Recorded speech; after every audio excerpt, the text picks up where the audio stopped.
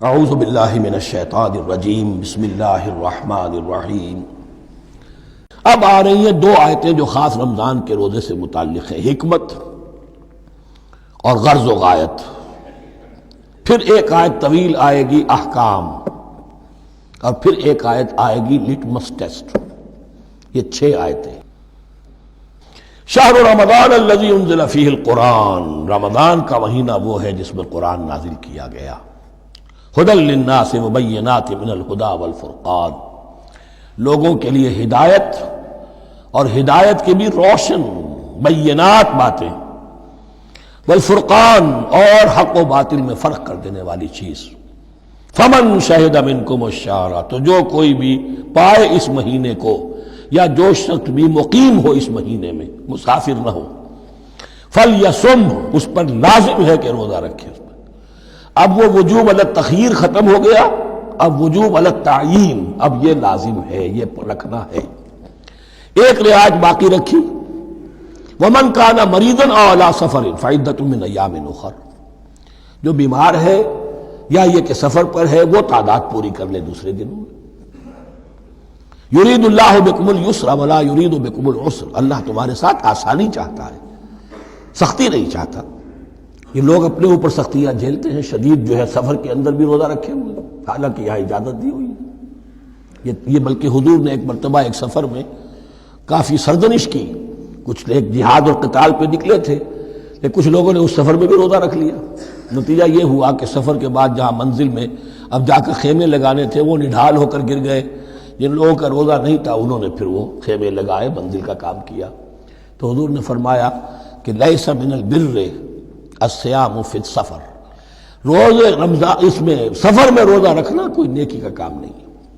لیکن ہمارا تصور اور ہے، 105 بخار چڑھا ہوا ہے، روزہ نہیں کھولوں گا میں، روزہ تو میں نے رکھا ہوا ہے، یا روزہ تو میں نہیں چھوڑوں گا۔ حالانکہ جہاں رعایت اللہ کی ہے اس رعایت سے فائدہ نہ اٹھانا ایک طرح کا کفران نعمت ہے۔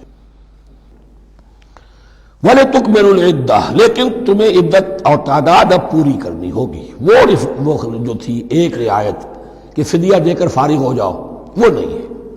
وَلِتُكَبِّرُوا اللَّهَ عَلَىٰ مَا هَدَاكُمْ، اور تاکہ تم تکبیر کرو اللہ کی اس پر کہ جو اس نے ہدایت تمہیں عطا فرمائی۔ وَلَعَلَّكُمْ تَشْكُرُونَ، اور تاکہ تم شکر کر سکو اس نعمت عظمیٰ کا جو قرآن حکیم کی شکل میں تمہیں دی گئی ہے۔ اس موضوع پر میرا کتابچہ عظمت صوم اور عظمت صیام و قیام قرآن، اس میں یہ سارے مضامین تفصیل سے آئے ہیں، کیا حکمت ہے، کیا غرض و غایت ہے، کیا مقصد ہے، اور آخری منزل کیا ہے، وَإِذَا سَأَلَكَ عِبَادِي عَنِّي فَإِنِّي قَرِيبٌ۔ مطلوب تو یہ ہے کہ تمہارا جو یہ جسم حیوانی ہے یہ کچھ کمزور پڑے، روح ربانی جو تم میں پھونکی گئی ہے اسے تقویت حاصل ہو۔ دن میں روزہ رکھو، اس حیوانی وجود کو ذرا کمزور کرو، دباؤ اس کے تقاضوں کو، رات کو کھڑے ہو جاؤ، اللہ کا کلام سنو اور پڑھو، تاکہ تمہاری روح کی آبیاری ہو، اس پر حیات، آب حیات کا ترشح ہو۔ نتیجہ کیا نکلے گا؟ تمہارے اپنے اندر سے ایک پیاس ابھرے گی، وَإِذَا سَأَلَكَ عِبَادِي عَنِّي فَإِنِّي قَرِيبٌ، تقرب الی اللہ کا جذبہ پیدا ہوگا۔ تو اے نبی، جب میرے بندے، ایسے بندے آپ سے میرے بارے میں سوال کریں، ان کو بتا دیجئے میں قریب ہوں، دور نہیں ہوں۔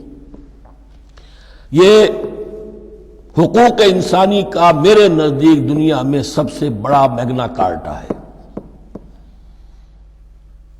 اللہ اور بندے کے درمیان کوئی فصل نہیں ہے، فصل اگر ہے تو تمہاری اپنی خباثت ہے۔ اگر تمہاری نیت میں فساد ہے، حرام خوری تو کرنی ہی کرنی ہے، تو اب کس منہ سے اللہ سے دعا کرو گے؟ پھر جاؤ گے کسی پیر کے پاس، آپ دعا کر دیجئے، یہ نذرانہ حاضر ہے؟